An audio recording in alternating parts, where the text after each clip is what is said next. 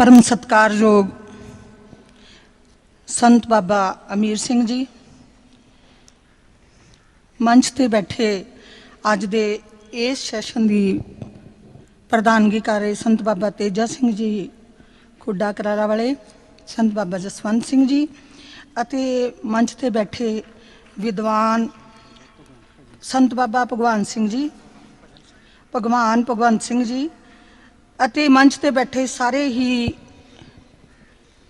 बहुत ही गुणीजन साडे अध्यापक जन, साडी साध संगत जिन्हां ने बाबा जी नाल मिल के अज दा इह समागम रचाया। डॉक्टर परमवीर जी, डॉक्टर अनुराग जी जिन्हां ने बाबा जी नाल मिल के इस समागम की रूपरेखा नूं लिखिया। संत बाबा सुच्चा सिंह जी नूं याद करदे हां जिन्हां ने इस जवद्दी टकसाल की स्थापना की ते लंबे समय तो श्री गुरु ग्रंथ साहब के रागां अते खोज विधि ते विधान राहीं अनेकां ही समागम कराउंदिआं अज जवद्दी टकसाल विश्व भर विच पहचानी जाती है। अगर गुरमत संगीत की गल करिए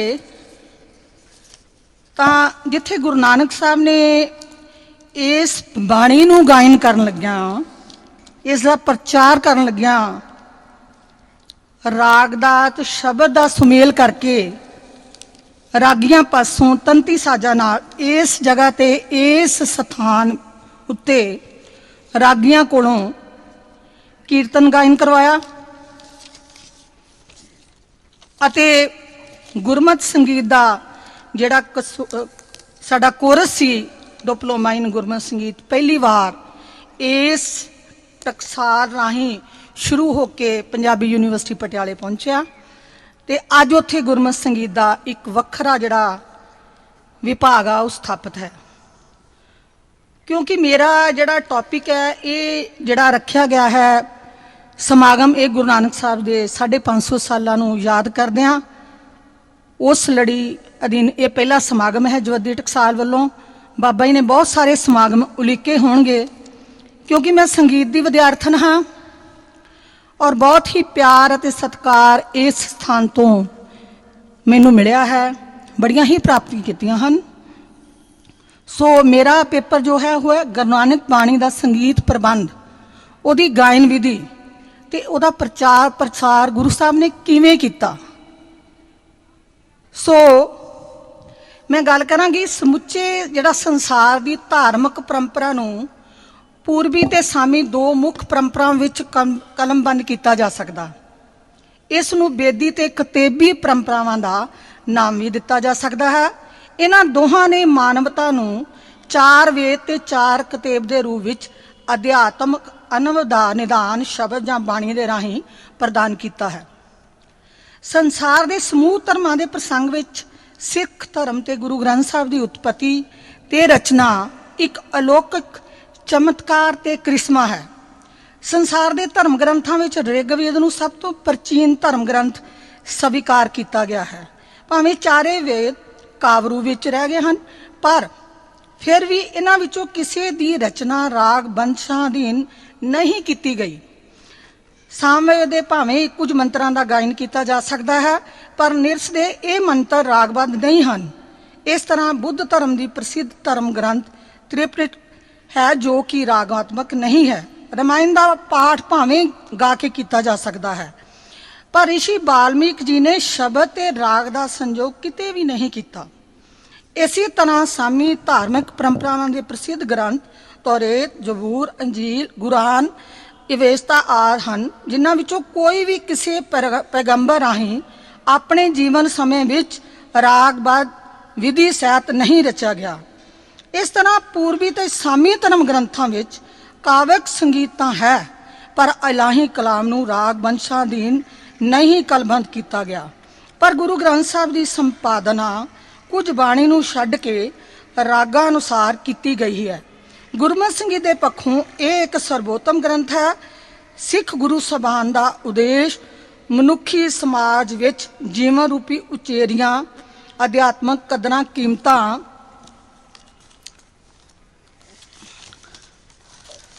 ਸਥਾਪਿਤ ਕਰਦਿਆਂ ਇਸ ਮਨੁੱਖੀ ਜੀਵਨ ਰਾਹ ਨੂੰ ਪਰਮਾਤਮਾ ਨੂੰ ਮਿਲਣ ਲਈ ਸੁਖਮਈ ਬਣਾਉਣਾ ਸੀ।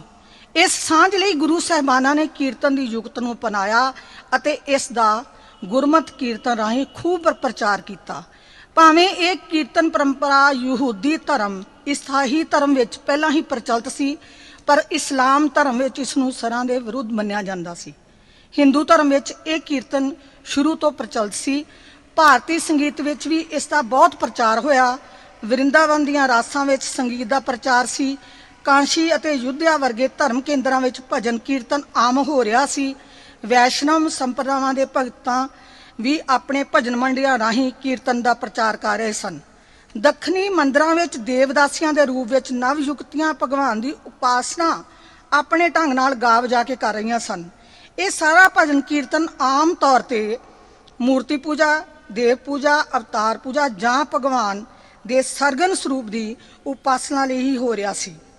ਅਜੇ ਹਾਲਤ ਵਿੱਚ ਇਸ ਲਹਿਰ ਦੇ ਪੈਰੋਕਾਰ ਭਗਤ ਜੈਦੇਵ, ਸੂਰਦਾਸ, ਮੀਰਾਬਾਈ ਆਦਿ ਨੇ ਆਪਣੀਆਂ ਰਚਿਤ ਰਚਾਵਾਂ ਨੂੰ ਵੱਖ-ਵੱਖ ਰਾਗਾਂ ਅਨੁਸਾਰ ਸੰਗੀਤਬੰਦ ਕਰਕੇ ਗਾਇਆ। ਪਰ ਇਹ ਸੰਗੀਤ ਪਰੰਪਰਾ ਦਾ ਮੂਲ ਮਨੋਰਥ ਜਨ ਸੰਧਾਰ ਨੂੰ ਅਧਿਆਤਮਕ ਉਪਦੇਸ਼ ਦੇਣਾ ਸੀ। ਸਿੱਖ ਧਰਮ ਦੇ ਬਾਨੀ ਗੁਰੂ ਨਾਨਕ ਸਾਹਿਬ ਨੇ ਜਗਤ ਨੂੰ ਤਾਰਨ ਲਈ ਬਾਣੀ ਅਤੇ ਸੰਗੀਤ ਨੂੰ ਮਾਧਿਅਮ ਬਣਾਇਆ ਅਤੇ ਇੱਕ ਨਵੀਨ ਗੁਰਮਤਿ ਸੰਗੀਤ ਪਰੰਪਰਾ ਦੀ ਸਥਾਪਨਾ ਕੀਤੀ। ਸਿੱਖ ਧਰਮ ਨੂੰ ਕੀਰਤਨ ਦੀ ਦਾਤ, ਇਸ ਦੀ ਅਜਿਹੀ ਮਰਿਆਦਾ ਨੂੰ ਬੰਨਣ ਤੇ ਪ੍ਰਥਮ ਪ੍ਰਥਾ ਨੂੰ ਚਲਾਉਣ ਵਾਲੇ ਗੁਰੂ ਨਾਨਕ ਸਾਹਿਬ ਰਾਗ ਦੇ ਰਸੀਆ ਹੀ ਨਹੀਂ ਸਨ, ਸਗੋਂ ਇੱਕ ਮਹਾਨ ਕੀਰਤਨਕਾਰ ਸਨ, ਜਿਨ੍ਹਾਂ ਨੇ ਧੁਰਕੀ ਬਾਣੀ ਨੂੰ ਰਾਗਾਂ ਵਿੱਚ ਬੰਨ ਕੇ ਗੁਰਮਤਿ ਸੰਗੀਤ ਦੀ ਨੀਂਹ ਰੱਖੀ। ਆਪ ਨੂੰ ਆਪਣੀਆਂ ਸਮਕਾਲੀਨ ਮਾਰਗੀ ਦੇਸੀ ਤੇ ਭਗਤੀ ਸੰਗੀਤ ਪ੍ਰਵਾਹਾਂ ਦਾ ਗਹਿਰਾ ਅਧਿਐਨ ਤੇ ਪੂਰਨ ਗਿਆਨ ਸੀ। ਅਜਿਹਾ ਉਹਨਾਂ ਦੀ ਬਾਣੀ ਵਿੱਚ ਸੰਗੀਤ ਦੇ ਪ੍ਰਯੋਗ ਤੋਂ ਭਲੀ ਭਾਂਤ ਦ੍ਰਿਸ਼ਟੀ ਗੋਚਰ ਹੁੰਦਾ ਹੈ। ਭਾਈ ਮਰਦਾਨਾ ਆਪ ਦਾ ਬਚਪਨ ਦਾ ਸਾਥੀ ਸੀ ਤੇ ਮਰਦਾਨੇ ਨਾਲ ਮਿੱਤਰਤਾ ਆਪ ਦੇ ਸੰਗੀਤਕ ਰੁਚਾਂ ਦਾ ਸਪਸ਼ਟ ਪ੍ਰਮਾਣ ਸੀ, ਕਿਉਂਕਿ ਭਾਈ ਮਰਦਾਨਾ ਗੁਰੂ ਸਾਹਿਬ ਦੇ ਗਵਾਂਢ ਰਹਿੰਦਾ ਸੀ ਅਤੇ ਭਾਈ ਮਰਦਾਨਾ ਨੂੰ ਸ਼ਾਸਤਰੀ ਸੰਗੀਤ ਦੇ ਰਾਗਾਂ ਦੀ ਬਹੁਤ ਸੂਝ ਸੀ ਤੇ ਗੁਰੂ ਸਾਹਿਬ ਦੇ ਨਾਲ ਆਉਣ ਜਾਣ ਕਰਕੇ ਉਹਦਾ ਗੁਰੂ ਸਾਹਿਬ ਨਾਲ ਬਹੁਤ ਪਿਆਰ ਸੀ। ਬਾਣੀ ਸਿਰਜਣ ਪ੍ਰਕਿਰਿਆ ਸਮੇਂ ਗਾਇਨ ਦਾ ਪ੍ਰਯੋਗ, ਉੱਚ ਕੋਟੀ ਦੇ ਸੰਗੀਤਕਾਰ ਸਾਥੀ ਦੀ ਚੋਣ ਅਤੇ ਰਵਾਬ ਵਰਗੇ ਗੰਭੀਰ ਸਾਜ਼ ਦੀ ਕਾਂਡ ਆਦਿ ਕੋਈ ਇਤਫਾਕ ਨਹੀਂ ਸੀ, ਸਗੋਂ ਬਾਣੀ ਤੇ ਸੰਗੀਤ ਦਾ ਸੁਮੇਲ ਲਈ ਇੱਕ ਸੁਚੇਤ ਯਤਨ ਸੀ, ਜਿਸ ਨੂੰ ਆਪ ਨੇ ਵਰਿਆਂ ਦੀ ਕਿਰਿਆਤਮਕਤਾ ਦੁਆਰਾ ਸਾਕਾਰ ਰੂਪ ਦਿੱਤਾ। ਬਾਣੀ ਦੇ ਪ੍ਰਚਾਰ ਲਈ ਜਿੱਥੇ 4 ਉਦਾਸੀਆਂ ਕੀਤੀਆਂ, ਉੱਥੇ ਕਰਤਾਰਪੁਰ ਨੂੰ ਬਾਬੇ ਨਾਨਕ ਨੇ ਪਹਿਲਾ ਕੀਰਤਨ ਕੇਂਦਰ ਸਥਾਪਿਤ ਕਰਕੇ 4 ਕੀਰਤਨੀਆਂ ਦੀ ਚੌਂਕੀਆਂ ਦੀ ਮਰਿਆਦਾ ਸਥਾਪਿਤ ਕੀਤੀ। ਆਸਾ ਦੀ ਵਾਰ, ਚਰਨ ਕਮਲ ਦੀ ਚੌਂਕੀ, ਸੋਧਰ ਦੀ ਚੌਂਕੀ, ਕਲਿਆਣ ਦੀ ਚੌਂਕੀ, ਜਿਹਨੂੰ ਕਿ ਭਾਈ ਮਰਦਾਨਾ, ਭਾਈ ਸ਼ਹਿਜ਼ਾਦਾ, ਭਾਈ ਰਜਾਦਾ ਤੇ ਉਹਦਾ ਬਾਕੀ ਪਰਿਵਾਰ ਉੱਥੇ ਰਹਿ ਕੇ ਜਿੱਥੇ ਗੁਰੂ ਦੀ ਲੰਗਰ ਦੀ ਸੇਵਾ ਕਰਦਾ ਸੀ, ਉੱਥੇ ਇਹ ਕੀਰਤਨ ਗਾਇਨ ਕਰਦੇ ਸਨ। ਗੁਰੂ ਸਾਹਿਬ ਨੇ ਨਾਮ ਜਪਣ, ਵੰਡ ਛਕਣ, ਧਰਮ ਦੀ ਕਿਰਤ ਕਰਨ ਦਾ ਉਪਦੇਸ਼ ਦਿੱਤਾ। ਉਹਨਾਂ ਨੇ ਦੇਸੀ ਅਤੇ ਮਾਰਗੀ ਸੰਗੀਤ ਦਾ ਸੁਮੇਲ ਕਰਕੇ ਇੱਕ ਨਵੀਨ ਸੰਗੀਤ ਪੱਤੀ ਹੋਂਦ ਵਿੱਚ ਲਿਆਂਦੀ। 20 ਸ਼ੁੱਧ ਰਾਗਾਂ ਅਤੇ ਮਿਸ਼ਰਤ ਰਾਗਾਂ ਵਿੱਚ ਬਾਣੀ ਰਚ ਕੇ ਉਚਾਰ ਕੇ ਸੰਗੀਤਮਈ ਰਾਹੀਂ ਸਮੁੱਚੇ ਸੰਸਾਰ ਨੂੰ ਸੱਚ ਦਾ ਮਾਰਗ ਦਿਖਾਇਆ। ਗੁਰੂ ਸਾਹਿਬ ਨੇ ਜਿਸ ਨਵੀਨ ਗੁਰਮਤਿ ਸੰਗੀਤ ਪਰੰਪਰਾ ਨੂੰ ਹੋਂਦ ਵਿੱਚ ਲਿਆਂਦਾ, ਇਸ ਪਰੰਪਰਾ ਦਾ ਸਰੂਪ ਮੌਲਿਕ ਪ੍ਰਬੰਧ, ਪ੍ਰਚਲਿਤ ਗਾਇਨ ਸ਼ੈਲੀਆਂ, ਸ਼ੁੱਧ ਰਾਗਾਂ, ਕੁਝ ਨਵੀਨ ਮੌਲਿਕ ਰਾਗਾਂ ਉੱਪਰ ਆਧਾਰਿਤ ਸੀ। ਕਿਉਂਕਿ ਜਿਹੜਾ ਸੰਗੀਤ ਸੀ ਉਹ ਪਹਿਲਾਂ ਚੱਲ ਰਿਹਾ ਸੀ। ਭਾਰਤੀ ਸੰਗੀਤ ਵਿੱਚ ਬਹੁਤ ਸਾਰੇ ਰਾਗ ਚੱਲ ਰਹੇ ਸਨ, ਜਿਨ੍ਹਾਂ ਨੂੰ ਗੁਰੂ ਸਾਹਿਬ ਨੇ ਬਾਣੀ ਵਿੱਚ ਵੀ ਯੂਜ਼ ਕੀਤਾ। ਕੁਝ ਨਵੇਂ ਰਾਗ ਵੀ ਯੂਜ਼ ਕੀਤੇ ਹਨ। ਕੁਝ ਨਵੀਨ ਮੌਲਿਕ ਰਾਗਾਂ ਉੱਪਰ ਉਹਨਾਂ ਨੇ ਇਹਦਾ ਗਾਇਨ ਸ਼ੁਰੂ ਕੀਤਾ।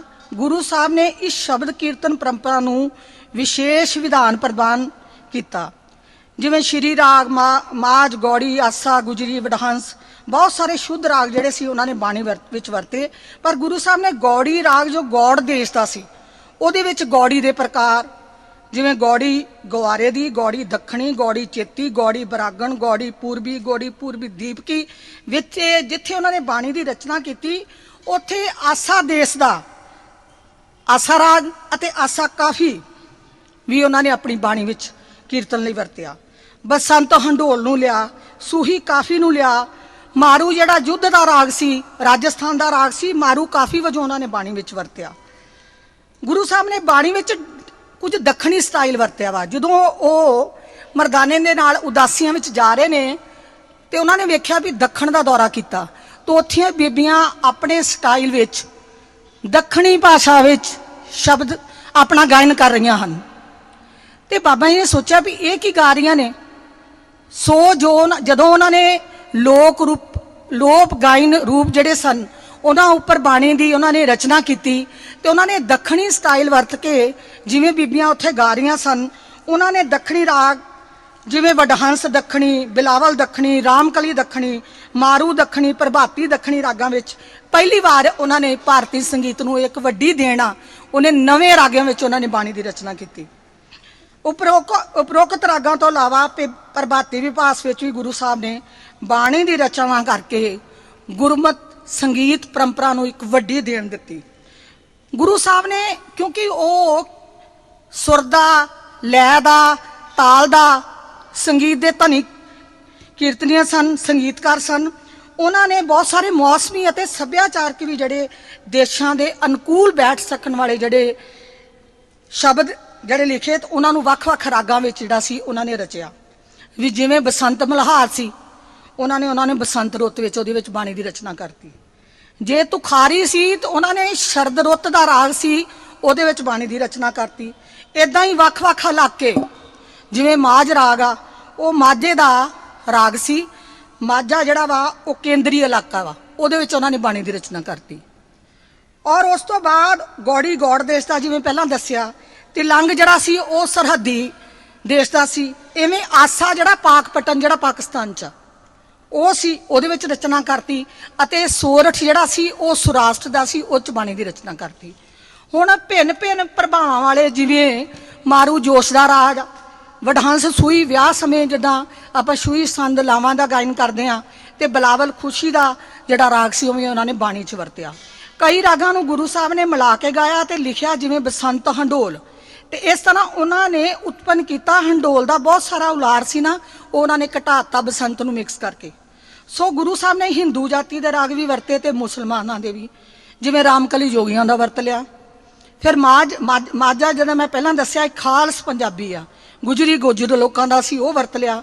ਬਸੰਤ ਮਲਹਾਰ ਸਾਰੰਗ ਤੇ ਸੂਈ ਮੌਸਮੀ ਰਾਗ ਹਨ ਤੇ ਇਹ ਰਾਗ ਆਪਨੇ ਕੌਮੀ ਇਕੱਠਾਂ ਵਿੱਚ ਹਿੰਦੂ ਤੇ ਮੁਸਲਮਾਨ ਖੁਸ਼ੀ ਲਈ ਗਾਉਂਦੇ ਸੀ, ਉਹ ਵੀ ਬਾਣੀ 'ਚ ਵਰਤ ਲਏ। ਲਿਖਿਆ ਸ਼ਬਦਾਂ ਦਾ ਸਾਂਝਾ।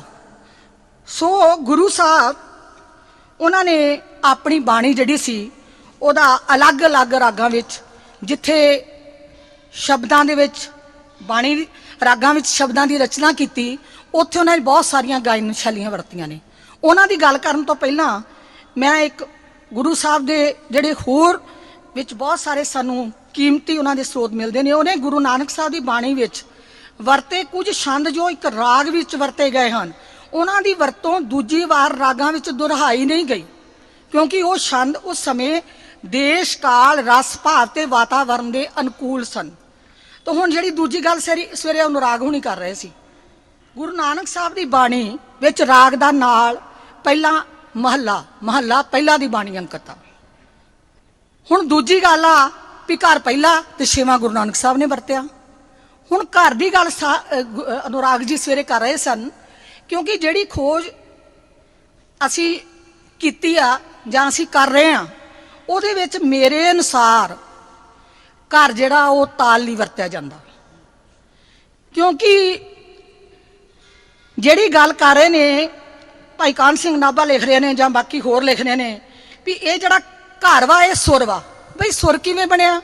ਸੁਰ ਜਿਹੜੇ ਨੇ, ਸੁਰ ਹਾਲੀ ਤੱਕ 7 ਸ਼ੁੱਧ ਨੇ ਤੇ 5 ਜਿਹੜੇ ਨੇ ਉਹ ਵਰਤੇ ਗਏ ਨੇ ਕੋਮਲ, ਔਰ ਟੋਟਲ ਹੋ ਗਏ 12 ਸੁਰ। ਇਹ ਦੱਸੋ ਇਹ ਘਰ ਦਾ ਸਥਾਨ ਕਿਵੇਂ ਲੈ ਸਕਦੇ ਨੇ? ਤੇ ਗੁਰੂ ਗ੍ਰੰਥ ਸਾਹਿਬ 'ਚ ਘਰ ਦੇ ਜਿਹੜੇ ਨੇ ਉਹ 17 ਦਿੱਤੇ ਗਏ ਨੇ। ਹੁਣ ਜੇ ਗੁਰੂ ਸਾਹਿਬ ਭਾਰਤੀ ਸੰਗੀਤ ਦੇ ਰਾਗ ਜਿਹੜੇ ਨੇ ਉਹ ਬਾਣੀ ਵਿੱਚ ਲੈ ਸਕਦੇ ਨੇ, ਕਿਉਂਕਿ ਸਭਨਾਂ ਦਾ ਸਾਂਝਾ, ਮਾਝਾ ਦਾ ਵੀ ਲੈ ਲੇ, ਆਸਾ ਦਾ ਵੀ ਲੈ ਲੇ, ਮਾਰੂ ਵੀ ਲੈ ਲਿਆ, ਸਾਰੇ ਲੈ ਲੇ, ਤੇ ਈਰਾਨੀ ਪੱਤੀ ਵਿੱਚ 17 ਘਰ ਵਰਤੇ ਜਾਂਦੇ ਨੇ, ਉਹ ਵੀ ਲਏ ਜਾ ਸਕਦੇ ਨੇ। ਰਾਗ ਮਾਲਾ ਵਿੱਚ ਕਿੰਨੇ ਰਾਗ ਨੇ, ਗੁਰੂ ਗ੍ਰੰਥ ਸਾਹਿਬ ਦੇ ਕਿੰਨੇ ਰਾਗ ਨੇ ਜਿਹੜੇ ਦਸਮ ਗ੍ਰੰਥ ਵਿੱਚ ਨਹੀਂ ਲਏ ਗਏ, ਸਰਬਲੋਕ ਗ੍ਰੰਥ ਵਿੱਚ ਨਹੀਂ ਲਏ ਗਏ। ਬਹੁਤ ਸਾਰੇ 484 ਰਾਗ ਨੇ ਜਿਹੜੇ ਇਹ ਦਸਮ ਗ੍ਰੰਥ ਵਿੱਚ, ਸਰਬਲੋਕ ਗ੍ਰੰਥ ਵਿੱਚ ਗੁਰੂ ਗੋਬਿੰਦ ਸਿੰਘ ਜੀ ਵਰਤ ਰਹੇ ਨੇ। ਸੋ ਮੇਰੇ ਅਨੁਸਾਰ ਜਿੱਥੋਂ ਤੱਕ ਮੈਂ ਸਮਝਦੀ ਹਾਂ ਕਿ ਜਿਵੇਂ ਘਰ ਪਹਿਲਾ ਦੀ ਗੱਲ ਆ, ਇਹਦੇ ਵਿੱਚ ਕੀਤਾ ਗਿਆ ਰਾਗ ਦੇ ਨਾਲ ਮਹੱਲਾ ਪਹਿਲਾ ਤੇ ਘਰ ਪਹਿਲਾ ਵਿੱਚ ਬਾਣੀ ਦਾ ਗਾਇਨ ਕਰਨਾ। ਮੇਰੇ ਅਨੁਸਾਰ ਜਿਹੜਾ ਤਾਲ ਇਹਨਾਂ ਨੇ ਘਰ ਛੇਵਾਂ ਕਿਹਾ ਵਾ ਤਾਂ ਦਾਦਰਾ ਤਾਲ ਵਿੱਚ ਗਾਇਆ ਜਾ ਸਕਦਾ, ਜੇ ਘਰ ਸੱਤਵਾਂ ਕਿਹਾ ਰੂਪਕ ਤਾਲ ਵਿੱਚ ਗਾਇਆ ਸਕਦਾ, ਜੇ ਘਰ ਅੱਠਵਾਂ ਕਿਹਾ ਕਹਿਰਵਾਂ ਚ ਗਾਇਆ ਜਾ ਸਕਦਾ, ਜੇ ਘਰ 10ਵਾਂ ਕਿਹਾ ਝੱਪ ਤਾਲ ਚ ਗਾਇਆ ਜਾ ਸਕਦਾ। ਪ੍ਰੋਫੈਸਰ ਕਰਤਾਰ ਸਿੰਘ 9 ਮਾਤਰਾ ਵਿੱਚ ਵੀ ਗਾ ਰਹੇ ਨੇ, 11 ਮਾਤਰਾ ਚ ਵੀ ਗਾ ਰਹੇ ਨੇ, 13 ਮਾਤਰਾ ਚ ਵੀ ਗਾ ਰਹੇ ਨੇ, 17 ਚ ਵੀ ਗਾ ਰਹੇ ਨੇ, 19 ਚ ਵੀ ਗਾ ਰਹੇ ਨੇ, 20.5 ਚ ਵੀ ਗਾ ਰਹੇ ਨੇ। ਇਸ ਕਰਕੇ ਦੇਖੋ ਇਹ ਮੇਰੀ ਸਟੱਡੀ ਆ। ਹੁਣ ਤੱਕ ਜੋ ਵੀ ਵਿਦਵਾਨ ਕਹਿ ਰਹੇ ਨੇ, ਅਗਰ ਬਾਬਾ ਅਮੀਰ ਸਿੰਘ ਜੀ ਘਰ ਤੇ ਕੋਈ ਵਿਸ਼ੇਸ਼ ਸੈਮੀਨਾਰ ਰੱਖਣਗੇ ਗਾ ਕੇ ਵੀ ਦੱਸਾਂਗੇ। ਜੇ ਘਰ ਪਹਿਲਾ ਆਇਆ ਵਾ, ਮਹੱਲਾ ਪਹਿਲਾ ਤੇ ਘਰ ਪਹਿਲਾ ਆਇਆ ਵਾ, ਜਾਂ ਘਰ ਛੇਵਾਂ ਆਇਆ ਤੇ ਕਿਸ ਤਰ੍ਹਾਂ ਗਾਇਨ ਕਰਨਾ ਉਹ ਵੀ ਦੱਸਿਆ ਜਾਏਗਾ। ਸੋ ਜਿਹੜਾ 17 ਤਾਰਾਂ ਵਾਲਾ ਤੰਤੀ ਸਾਜ਼ ਕਹਿੰਦੇ ਨੇ ਨਾ, ਉਹ ਕੋਈ ਨਹੀਂ। ਅਗਲੀ ਗੱਲ ਆ ਗੁਰੂ ਨਾਨਕ ਸਾਹਿਬ ਦੀ ਬਾਣੀ ਦੀ ਸੰਚਾਰ ਯੁਕਤ ਸੰਗੀਤ ਸਬੰਧ ਸ਼ਿਵ ਮਤ, ਹਨੂਮਾਨ ਮਤ, ਭਰਤ ਮਤ, ਕਾਲੀਨਾਥ ਮਤ ਅਥਾ ਕ੍ਰਿਸ਼ਨ ਮਤ ਵਿੱਚੋਂ ਕਿਸੇ ਨਾਲ ਵੀ ਮਿਲਦਾ ਜੁਲਦਾ ਨਹੀਂ ਹੈਗਾ। ਆਪਣੀਆਂ ਵਿਲੱਖਣ ਪਰੰਪਰਾਵਾਂ ਅਤੇ ਸੰਚਾਰ ਮੰਤਵਾਂ ਕਰ ਇਸ ਦੀ ਸੁਤੰਤਰ ਹੋਣ ਦਾ। ਉਸ ਤੋਂ ਅਗਲੀ ਗੱਲ ਆ ਗੁਰੂ ਨਾਨਕ ਸਾਹਿਬ ਵੱਲੋਂ ਅਪਣਾਈ ਇਸ ਸੰਗੀਤ ਜੁਗਤ ਵਿੱਚ ਉਹਨਾਂ ਨੇ ਪ੍ਰਚਲਿਤ ਜਿਹੜੇ ਰਾਗ ਸੀ, ਰਾਗਣੀਆਂ ਸੀ, ਪੁੱਤਰ ਸੀ, ਧੀ ਸੀ, ਨੌਂ ਵਾਲੀ ਪੱਤੀ ਨੂੰ ਪ੍ਰਵਾਨ ਨਹੀਂ ਕੀਤਾ ਗਿਆ।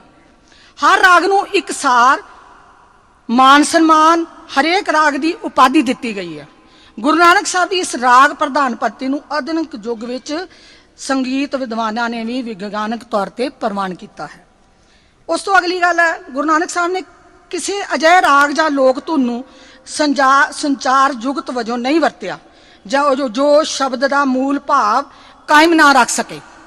ਇਸ ਲਈ ਗੁਰੂ ਨਾਨਕ ਦੀ ਬਾਣੀ ਮੇਘ ਵਿੱਚ ਵੀ ਨਹੀਂ ਹੈਗੀ, ਮਾਲ ਕੌਂਸ ਵਿੱਚ ਵੀ ਨਹੀਂ ਹੈਗੀ, ਦੀਪਕ ਚ ਵੀ ਨਹੀਂ ਹੈਗੀ, ਤੇ ਪਹਾੜੀ ਵਿੱਚ ਵੀ ਨਹੀਂ ਹੈਗੀ। ਉਹ ਤੋਂ ਅਗਲੀ ਗੱਲ ਹੈ ਕਿ ਗੁਰੂ ਨਾਨਕ ਸਾਹਿਬ ਨੇ ਰਾਗ ਆਸਾ ਤੇ ਰਾਮਕਲੀ ਦੀ ਵਰਤੋਂ ਜਿਹੜੀ ਹੈ ਨਾ, ਉਹ ਬਾਣੀ ਵਿੱਚ ਵਧੇਰੇ ਕੀਤੀ ਹੈ। ਮਾਝ ਰਾਗ ਦੀ ਵਰਤੋਂ ਗੁਰੂ ਨਾਨਕ ਸਾਹਿਬ ਨੇ ਪਹਿਲੀ ਵਾਰੀ ਬਾਣੀ ਵਿੱਚ ਕੀਤੀ ਹੈ, ਪਹਿਲਾਂ ਭਾਰਤੀ ਸੰਗੀਤ 'ਚ ਨਹੀਂ ਕੀਤੀ ਗਈ। ਸੋ ਗੁਰੂ ਨਾਨਕ ਸਾਹਿਬ ਨੇ ਬਹੁਤ ਸਾਰੀਆਂ ਗਾਇਨ ਸ਼ੈਲੀਆਂ ਜਿਹੜੀਆਂ ਨੇ ਉਹ ਗੁਰੂ ਗ੍ਰੰਥ ਸਾਹਿਬ ਵਿੱਚ ਸਾਨੂੰ ਬਾਣੀ ਵਿੱਚ ਰਚੀਆਂ। ਉਹਨਾਂ ਨੇ ਪਹਿਲੀ ਵਾਰ ਕੁਛ ਗਲੇ ਦੀ ਪ੍ਰੋਬਲਮ ਕਰਕੇ ਮੈਂ ਥੋੜਾ ਤੁਹਾਡੇ ਨਾਲ ਗੱਲ ਕਰਾਂਗੀ। ਜਿਵੇਂ ਉਹਨਾਂ ਨੇ ਪਹਿਲੀ ਗਾਇਨ ਸ਼ੈਲੀ ਹੈ ਜਿਹੜੀ, ਜਿਹਦਾ ਮੈਂ ਜ਼ਿਕਰ ਕਰ ਰਹੀ ਹਾਂ, ਕਿਉਂਕਿ ਗਾਇਨ ਸ਼ੈਲੀਆਂ ਤਾਂ ਬਹੁਤ ਸਾਰੀਆਂ ਹਨ। ਜਿਵੇਂ ਗੁਰੂ ਸਾਹਿਬ ਨੇ ਜਪਜੀ ਆ, ਸੋਧਾਰਾ ਗਾਇਨ ਕੀਤਾ ਜਾ ਸਕਦਾ। ਸੋਇਲਾ ਪਦੇ ਵਾਰਾ ਸ਼ੰਤ ਪਹਿਰੇ ਪੱਟੀ ਕਾਫੀ 12 ਮਾਹ ਥਿੱਤੀ ਕੁਚੱਜੀ ਸੁਚੱਜੀ ਓਂਕਾਰ ਸਿੰਧ ਗੋਸ਼ਟ ਅਲਾਉਣੀਆਂ ਆਰਤੀ ਸ਼ਲੋਕ ਖਾਸ ਤੌਰ ਤੇ ਗੁਰੂ ਸਾਹਿਬ ਨੇ ਮਰਦਾਨੇ ਦੇ ਨਾਲ ਆਪ ਗਾ ਕੇ, ਕਿਉਂਕਿ ਮਰਦਾਨੇ ਨੂੰ ਕਹਿੰਦੇ ਮਰਦਾਨਿਆਂ ਰਵਾਬ ਜਾ ਬਾਣੀ ਆਈ ਆ। ਹੁਣ ਮਰਦਾਨੇ ਨੂੰ ਬਹੁਤੇ ਲੋਕ ਜਾਂ ਬਹੁਤੇ ਖੋਜ ਵਿਦਵਾਨ ਕਹਿੰਦੇ ਨੇ ਕਿ ਮਰਦਾਨੇ ਨੇ ਫਿਰਨ ਦੇ ਪਾਸੋਂ ਸੰਗੀਤ ਸਿੱਖਿਆ, ਪਰ ਬਹੁਤ ਸਾਰੇ ਪ੍ਰਮਾਣ ਮਿਲਦੇ ਹਨ ਕਿ ਗੁਰੂ ਨਾਨਕ ਸਾਹਿਬ ਦੇ ਗੋਡੇ ਮੁੱਢ ਬੈਠ ਕੇ, ਉਹਨਾਂ ਦੀ ਹਜ਼ੂਰੀ 'ਚ ਬਹਿ ਕੇ ਮਰਦਾਨੇ ਨੇ ਬਹੁਤ ਸਾਰੇ ਗੁਰਮਤਿ ਸੰਗੀਤ ਦੇ ਜਿਹੜੇ ਉਹਨਾਂ ਨੇ ਬਾਣੀ ਵਿੱਚ ਰਾਗ ਰਚੇ ਸੀ। ਜਦੋਂ ਉਹ ਕਹਿੰਦੇ ਸੀ ਕਿ ਮਰਦਾਨਿਆਂ ਰਵਾਬ ਵਜਾ ਤੇ ਲੰਘ ਗਾਈਏ, ਤੇ ਫਿਰ ਤਲੰਗ ਦੇ ਸੁਰ ਨਾਲ ਦੱਸਦੇ ਸਨ। ਸੁਰ ਜਿਹੜਾ ਮਰਦਾਨਾ ਸੀ ਉਹ ਗੁਰੂ ਨਾਨਕ ਸਾਹਿਬ ਪਾਸੋਂ ਬਹੁਤ ਲੰਬਾ ਸਮਾਂ ਸਿੱਖਿਆ। ਤੇ ਜੇ ਇੱਥੇ ਗੱਲ ਇੱਕ ਹੋਰ ਕਲੀਅਰ ਕਰ ਦੇਵਾਂ ਵੀ ਪਹਿਲੀ ਕੀਰਤਨਕਾਰ ਬੇਬੇ ਨਾਨਕੀ ਆ, ਜਿਹਨੂੰ ਸੰਗੀਤ ਦੀ ਡਾਢੀ ਸੂਝ ਸੀ, ਤਾਂ ਉਹਨੇ ਆਪਣੇ ਭਰਾ ਨੂੰ ਨਾਲੇ ਤਾਂ ਰਵਾਬ ਲੈ ਕੇ ਦਿੱਤੀ ਤੇ ਨਾਲੇ ਸੱਭਿਆਚਾਰਕ ਰਿਸ਼ਤਾ ਭਰਜਾਈ ਉਹਦੇ ਬੱਚੇ ਆਪਣੇ ਕੋਲ ਰੱਖੇ, ਤੇ ਵੀਰ ਨੂੰ 4 ਉਦਾਸੀਆਂ ਵਿੱਚ ਬਾਣੀ ਰਚਣ ਲਈ ਤੇ ਗਾਇਨ ਕਰਨ ਲਈ ਮਰਦਾਨੇ ਨੂੰ ਰਵਾਬ ਲੈ ਕੇ ਦਿੱਤੀ ਔਰ ਉਦਾਸੀਆਂ ਤੇ ਭੇਜਿਆ। ਇਹ ਬਹੁਤ ਵੱਡੀ ਜ਼ਿੰਮੇਵਾਰੀ ਹੈ। ਇਸ ਤੋਂ ਇਲਾਵਾ ਮੈਂ ਗੱਲ ਕਰਾਂਗੀ ਪਹਿਲੀ ਗਾਇਨ ਸ਼ੈਲੀ ਜਿਹੜੀ ਉਹਨਾਂ ਨੇ, ਗੁਰੂ ਸਾਹਿਬ ਨੇ ਜਦੋਂ ਜਗਨਨਾਥਪੁਰੀ ਦੇ ਮੰਦਿਰ ਵਿੱਚ ਜਾ ਰਹੇ ਨੇ, ਸਵੇਰੇ ਵੀ ਆਪਣੇ ਡਾਕਟਰ ਜਸਪਾਲ ਹੁਣੀ ਵੀ ਗੱਲ ਕਰ ਰਹੇ ਸੀ ਉਸ ਆਰਤੀ ਦੀ। ਇਸ ਆਰਤੀ ਦੇ 4 ਬੰਦ ਨੇ, ਤਰਹਾਉ ਦੀ ਤੁਕ ਵੱਖਰੀ ਆ। ਗੁਰੂ ਸਾਹਿਬ ਨੇ ਮਹਾਨ ਕਲਪਨਾ ਨੂੰ, ਸਾਰੀ ਕੁਦਰਤ ਜਿਹੜੀ ਸੀ ਨਾ, ਗਗਨ ਦੇ ਥਾਲ ਵਿੱਚ ਚੰਨ ਤੇ ਸੂਰਜ ਦੇ ਦੀਵੇ ਅਤੇ ਤਾਰਾਂ ਦੀ ਮੋਤੀ ਰੱਖ ਕੇ परमात्मा ਦੀ ਆਰਤੀ ਕੀਤੀ ਹੈ। ਤਾਂ ਕੈਸੀ ਆਰਤੀ ਕੀਤੀ ਆ? ਧਨਾਸਰੀ ਮਹੱਲਾ ਪਹਿਲਾ आरती। कैसी आरती होए, कैसी आरती होए, पावखंड ना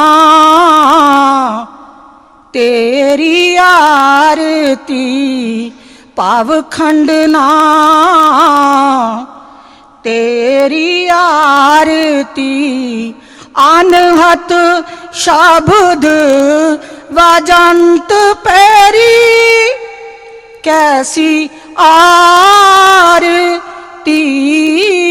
होए। समय दे पक्षों अग्गा नहीं कह रही। कुचज्जी, कुचज्जी दा गायन राग सूई विच, राग सूई महला पहला कुचज्जी। कुचज्जी सरलेख हेठ गुरु साहब आप कर रहे ने, मरदाना केवल रवाब वजा रहा। सो कोई गुण नहीं, कुचज्जी जिहड़ी कुचज्जी आ। सो गुरु साहब किवें इहदा गायन कर रहे ने? सूई राग विच। मंज कुचज्जी अमावण डोसड़े, मंज कुचज्जी अमावण डोसड़े, हो क्यों सो रावण जाए जियो, हो क्यों सो रावण जाए जियो। मंज कुचज्जी अमावण डोसड़े, एक दो एक चढ़न दिया, कौन जाने मेरा नाओ जियो, कौन जाने मेरा नाओ जियो। मंज कुचज्जी अमावण डोसड़। अगली गायन शैली सुचज्जी। सुचज्जी महला पहला सुचज्जी, ਇਹਦਾ ਗਾਇਨ ਜਿਹੜਾ ਵਾ, ਕਿਉਂਕਿ ਸੁਚੱਜੀ ਨੂੰ ਪੂਰੇ ਚੱਜ ਨੇ ਅਧਿਆਤਮਕ ਤੌਰ ਤੇ ਕਿਵੇਂ ਉਹ ਜੁੜੀ ਹੋਈ ਆ, ਸੱਭਿਆਚਾਰ ਨਾਲ ਉਹ ਕਿਵੇਂ ਜੁੜੀ ਆ, ਉੱਠਣ ਬੈਠਣ ਦੀ ਉਹਨੂੰ ਕਿਵੇਂ ਸੋਝੀ ਆ। ਸੋ ਗੁਰੂ ਸਾਹਿਬ ਆਪਣੀ ਬਾਣੀ ਵਿੱਚ ਇਸ ਨੂੰ ਗਾਇਨ ਨੂੰ, ਇਸ ਲੋਕ ਗਾਇਨ ਸ਼ੈਲੀ ਨੂੰ ਕਿਵੇਂ ਗਾਇਨ ਕਰ ਰਹੇ ਨੇ। ਤਬ ਬਾਬੇ जा तू ता मैं सबको, जा तू ता मैं सबको, तू साहिब मेरी रास जियो, तू साहिब मेरी रास जियो। जा तू ता मैं सबको, जा तू ता मैं सबको।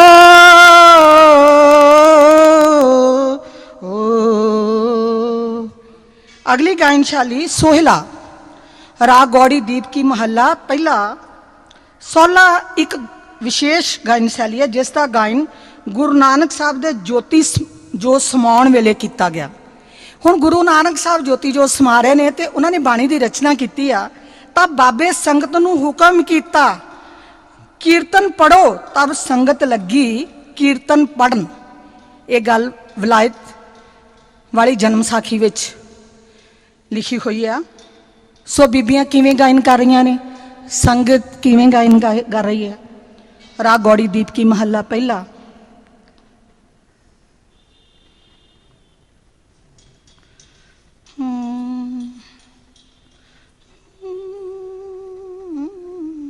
बाद विच कहांगी थोड़ा राग मुश्किल है। उस तो अगली आ अलौनी। अलौनी का गायन जदों कोई इस संसार तो चलिया जाता है तो उस वेले किया जाता है, क्योंकि प्राणी नूं दाग देण वेले इसका गायन किया जाता है। कोई राग वडहंस महला पहला। वडहंस राग। तन सिरंदा सच्चा पातशाह जिन जग तंदे लाया, तन सिरंदा सच्चा पातशाह जिन जग तंदे लाया, मोहलत पुन्नी पाए परी जानिया कात चलाया, तन सिरंदा सच्चा पातशाह जिन जग तंदे लाया। ते इसी तरह ही गुरु साहब ने राग आसा माज मल्हार विच उन्हां दियां सानू वारां मिलदियां हन। गुरु साहब ने जिहड़े राग वार काव रूप लई प्रयोग कीते ਉਹ ਰਾਗ ਵੀਰ ਰਸੀ ਭਾਵਾਂ ਨੂੰ ਪ੍ਰਗਟਾਉਣ ਵਾਲੇ ਸਨ। ਸੋ 3 ਵਾਰਾਂ ਹਨ ਰਾਗ ਆਸਾ ਮਾਝ ਤੇ ਮਲਹਾਰ। ਜਿਹੜੀ ਵਾਰ ਆਸਾ ਵਿੱਚ ਆਸਾ ਮਹੱਲਾ ਪਹਿਲਾ ਵਾਰ ਸ਼ਲੋਕਾਂ ਨਾਲ ਸ਼ਲੋਕ ਵੀ ਮਹੱਲੇ ਪਹਿਲੇ ਕੇ ਲਿਖੇ ਟੁੰਡੇ ਇਸ ਰਾਜੇ ਕੀ ਧੁਨੀ ਪਰ ਗਾਵਨੀ। ਸੋ ਧੁਨੀ ਕਿਹੜੀ ਆ ਤੇ ਉਹਦੇ ਤੇ ਪੌੜੀ ਕਿਵੇਂ ਲਗਾਣੀ ਆ। पब किया शेर सरदूल राय रण मारू बजे, सुल्तान खान बड़ सूर में विच रण दे गजे, खत लिखे टुंडे सराज नो पातशाही अजे, टिक्का सारंग बाप ने दिता पर लजे, फतेह पाए असराज जी साई पर सजे।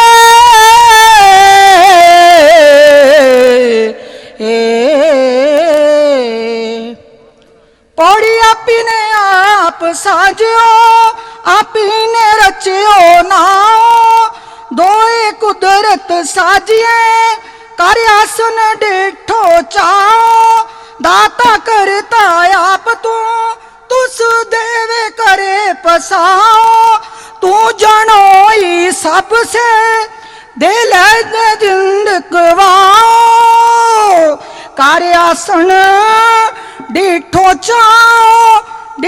चाओ कर आसन डिठो चाओ। इस तो इलावा पदे पहरे पट्टी काफी थित्ती ओंकार सिद्ध गोष्ठ ਅਤੇ ਸ਼ਲੋਕ ਗਾਇਨ ਵਰਗੀਆਂ ਬਹੁਤ ਸਾਰੀਆਂ ਗਾਇਨ ਸ਼ੈਲੀਆਂ ਗੁਰੂ ਸਾਹਿਬ ਨੇ ਸਾਨੂੰ ਨਿਰਧਾਰਤ ਪਰੰਪਰਾ ਅਨੁਸਾਰ ਗਾਇਨ ਕਰਨ ਦੀ ਤਰਜੀਹ ਦਿੱਤੀ ਹੈ। ਸੋ ਗਾਇਨ ਸ਼ੈਲੀਆਂ ਤੋਂ ਭਾਵ ਅਜਿਹੀਆਂ ਧੁਨਾਂ ਤਰਜਾਂ ਤਾਲ ਤੇ ਬਹਿਰਾ ਹਨ ਜਿਨ੍ਹਾਂ ਨੂੰ ਲੋਕ ਗੀਤਾਂ ਵਿੱਚੋਂ ਲੈ ਕੇ ਕਵੀਆਂ ਨੇ ਆਪਣੀਆਂ ਕਾਵਿ ਰਚਨਾਵਾਂ ਵਿੱਚ ਲਿਖਿਆ ਅਤੇ ਗੁਰੂ ਸਾਹਿਬ ਨੇ ਉਸੇ ਹੀ ਪੈਟਰਨ ਤੇ ਇੱਕ ਨਵੀਨ ਤਜਵੀਜ਼ ਅਨੁਸਾਰ ਗੁਰਮਤਿ ਸੰਗੀਤ ਦੀ ਇਸ ਅਮੀਰ ਪਰੰਪਰਾ ਨੂੰ ਅਮੀਰ ਬਣਾਉਣ ਲਈ ਬਾਣੀ ਵਿੱਚ ਉਸ ਦੀ ਰਚਨਾ ਕੀਤੀ। ਸੰਤ ਬਾਬਾ ਸੁੱਚਾ ਸਿੰਘ ਜੀ ਦੀ ਪ੍ਰੇਰਨਾ ਸਦਕਾ ਉਹਨਾਂ ਦੇ ਉਤਸ਼ਾਹ ਸਦਕਾ ਇਸ ਅੱਜ ਸਮਾਗਮ ਵਿੱਚ ਉਹਨਾਂ ਨੂੰ ਯਾਦ ਕਰਦਿਆਂ ਗਿਆਨੀ ਅਮੀਰ ਸਿੰਘ ਵੱਲੋਂ ਜਿਹੜਾ ਇਹ ਸਮਾਗਮ ਰਚਿਆ ਗਿਆ ਹੈ, ਸਾਰੇ ਹੀ ਪ੍ਰਬੰਧਕਾਂ ਦਾ ਮੰਚ ਤੇ ਬੈਠੇ ਸਾਰੇ ਹੀ ਜਿਹੜੇ ਅੱਜ ਦੇ ਇਸ ਸਮਾਗਮ ਦੀ ਰੌਣਕ ਨੂੰ ਵਧਾਉਣ ਆਏ ਹਨ, ਦਿਲੋਂ ਬਹੁਤ ਬਹੁਤ ਧੰਨਵਾਦ। ਸਿਹਤ ਨਾ ਠੀਕ ਹੋਣ ਕਾਰਨ ਵੀ ਬਾਬਾ ਜੀ ਦਾ ਹੁਕਮ ਮੰਨਦਿਆਂ ਤੁਹਾਡੇ ਸੰਗਤਾਂ ਦੇ ਹਜ਼ੂਰ ਪਹੁੰਚੀਆਂ। ਅਨੇਕਾਂ ਪ੍ਰਕਾਰ ਦੀਆਂ ਭੁੱਲਾਂ ਗਲਤੀਆਂ ਹੋ ਗਈਆਂ ਹੋਣਗੀਆਂ, ਸਾਧ ਸੰਗਤ ਬਖਸ਼ਣਯੋਗ ਹੈ। ਇਸੇ ਤਰ੍ਹਾਂ ਹੀ ਸਿਰ ਤੇ ਮਿਹਰ ਭਰਿਆ ਹੱਥ ਰੱਖੇਗੀ ਸੰਗਤ। ਵਾਹਿਗੁਰੂ ਜੀ ਕਾ ਖਾਲਸਾ, ਵਾਹਿਗੁਰੂ ਜੀ ਕੀ ਫਤਿਹ।